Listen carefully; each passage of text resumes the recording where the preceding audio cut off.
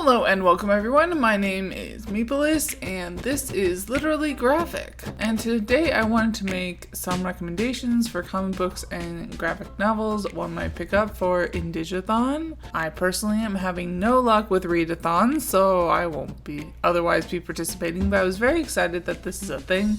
I hope that many people engage with this material in ways they haven't before, or even more so, because I know that at least for myself, I will never arrive. And maybe I'll jump in anyway at the last minute. This readathon is co-hosted by A2 Brode and Thor Wants Another Letter. Their announcement videos are linked in the card. First off, I would highly recommend the 3 nonfiction graphic novels by Gord Hill, 2 of which I have reviewed, see links below. Namely, the 500 Years of Resistance comic book, the Anti-Capitalist Resistance comic book from WTO to the G20, and most recently, the Anti-Fascist comic book, 100 Years of Fascism, Anti-Fascism Movements. Jumping into something that looks and feels completely different, someone I cannot recommend enough is Michael Nikolaianis. I reposted my review of a couple of his books almost a year ago now, so check that out. Titles include Red, a Haida manga, War of the Blink, and Tale of Two Shamans, among others. He apparently published a new book last year, Carpe Fin, that I certainly must pick up ASAP. If you haven't seen anyone recommending this place, 150 Years Retold, what rock have you been hiding under? A very cool anthology of work. This title explores the past 150 years of Indigenous history on Turtle Island in a really engaging and colorful way that was an easy 5 stars for me.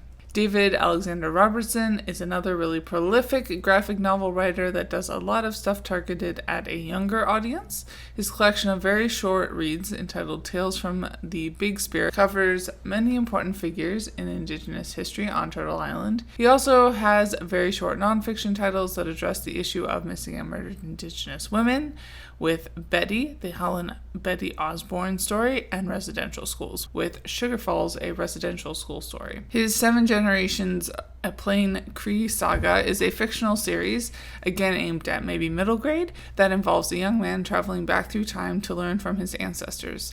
Quote, to face the present and embrace the future. As I said, very prolific. Catherine Vermette, author of the novel The Break, also has a similar series of middle grade time-traveling look at the history of the Métis series entitled A Girl Called Echo. A bit hard to review because they are so short. I will hopefully have a video out about the now trilogy soonish. Another series that I reviewed a couple years ago but have yet to repost or re-review is the anthology series Moonshot. Full warning that volumes 1 and 2 were edited by Hope Nicholson, but were published by Alternative History and Comics Inc. and not related to her now closed publisher Bedside Press, as far as I know. Even before the allegations against Nicholson came to light, I believe there was already some conflict over having a non-Indigenous person editing the anthology, which had led them to new editors Elizabeth Leponce and Michael Chiache before the before-mentioned allegations, I believe. But yeah, a very cool series of anthologies that cover all sorts of nonfiction, creative nonfiction, and more genre fiction.